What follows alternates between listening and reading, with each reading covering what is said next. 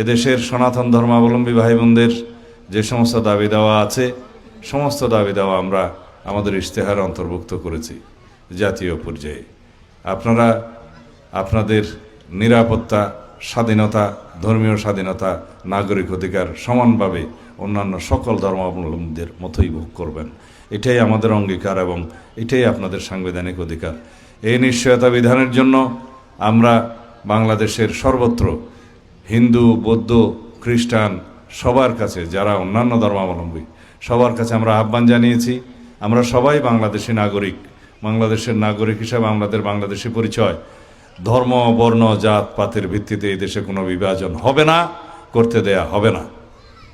তাই আমার এখানে নেতৃবৃন্দরা বলেছেন 1971 সালে যাদের ভূমিকা বিতর্কিত ছিল, বিশেষ করে আপনাদের ধর্মীয় সম্প্রদায়ের বিরুদ্ধে যাদের অবস্থান ছিল, যারা আপনাদের উপরে তখনই অত্যাচার নির্যাতন করেছে, যেহেতু আপনারা স্বাধীনতার পক্ষে ছিলেন এবং আপনাদের পূর্বপুরুষরা অনেকেই সেটার ভুক্তভোগী, সুতরাং তাদের ভূমিকা সবসময় এদেশের স্বাধীনতার বিপক্ষেই ছিল এবং বিশেষ করে আমাদের সনাতন ধর্মাবলম্বী ভাই বোনদের বিরুদ্ধেই ছিল, কারণ আপনাদের জানা আছে।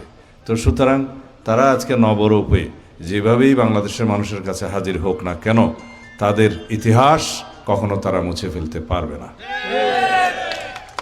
আমরা উন্নয়ন, অগ্রগতি, প্রগতি এবং ধর্মীয় স্বাধীনতায় বিশ্বাসী একটি দল এবং সেটা আমরা অতীতে প্রমাণ করেছি। আমাদের দলের নেতা শহীদ রাষ্ট্রপতি জিয়াউর রহমান, যিনি বাংলাদেশ জাতীয়তাবাদী দলের প্রতিষ্ঠাতা, তিনি প্রথম থেকেই এই দেশের সমস্ত সম্প্রদায়ের, ধর্মগোষ্ঠীর, জাতিগোষ্ঠীর সবারই নিরাপত্তা নিশ্চিত করেছেন, স্বাধীনতা নিশ্চিত করেছেন।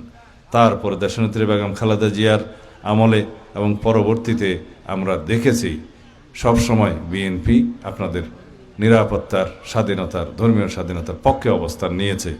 এটা এই দেশের ইতিহাস বলবে।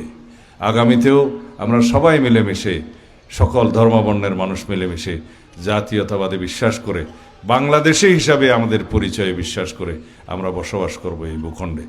আমাদের অঙ্গীকার এদেশের সমস্ত ধর্ম, বর্ণ, জাতি, গোষ্ঠী, সমস্ত ভাষাভাষী, সমস্ত সংস্কৃতির মানুষ সবাই আমরা বাংলাদেশি, সবার অধিকার সমান, এই নীতিতে আমরা বিশ্বাস করি এবং আমাদের নীতি আমরা ঘোষণা করেছি সবার আগে বাংলাদেশ, আমাদের জাতীয় স্বার্থ সবার আগে আমরা সমুন্নত রাখব।